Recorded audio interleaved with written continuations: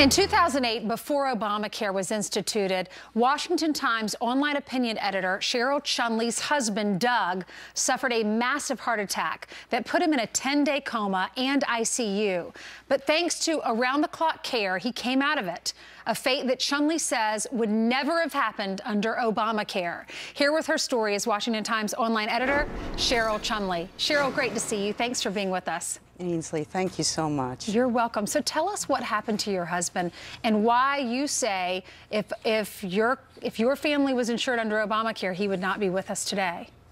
I'll try and be brief, but this was a very long ordeal. In 2008, as you said, I was at work and I got a call from my husband's boss saying that my husband had had a heart attack and had been transported to the hospital. When I went to that hospital, they were in process of airlifting him to another hospital, and I had to go home and get our 4 kids, aged 13, 12, 6, and 1, to meet him there. During the flight, his potassium levels dropped and he went into a coma. And he stayed in that coma for 10 days, during which doctors and nurses, they had 2 teams working round the clock to save his life. His heart couldn't start beating again. He actually had to have a balloon pump inserted to keep the blood flow going, and because of that, he ended up having his leg amputated. There were several health problems after. There was a lot of surgeries after. He came finally out of the coma. No brain damage, all glory to God on that. Yes. Perfectly healthy. But the thing is, why I say he would have died if he had been on Obamacare at the time, we had top-notch private insurance provided through our employer, my husband's employer, and the nurse that we met up with a few months later said that had we been on Medicaid or Medicare, some kind of government-run insurance program, day 3, they would have pulled the plug. They would have done a let-and-see type of situation to see what could happen. Wow, so that actually does happen. And that would have happened under Obamacare, she's saying?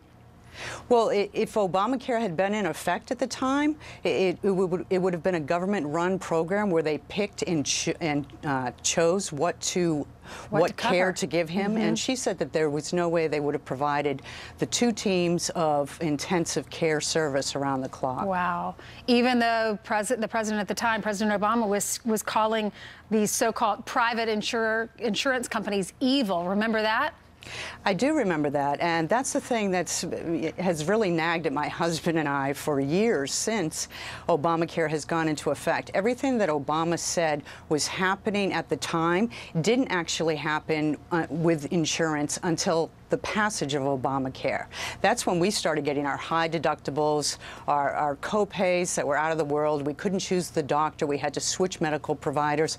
All that stuff happened after the fact. Wow. So the amputation, the helicopter ride to the hospital, the ambulances, how many days was he in the hospital, did you say?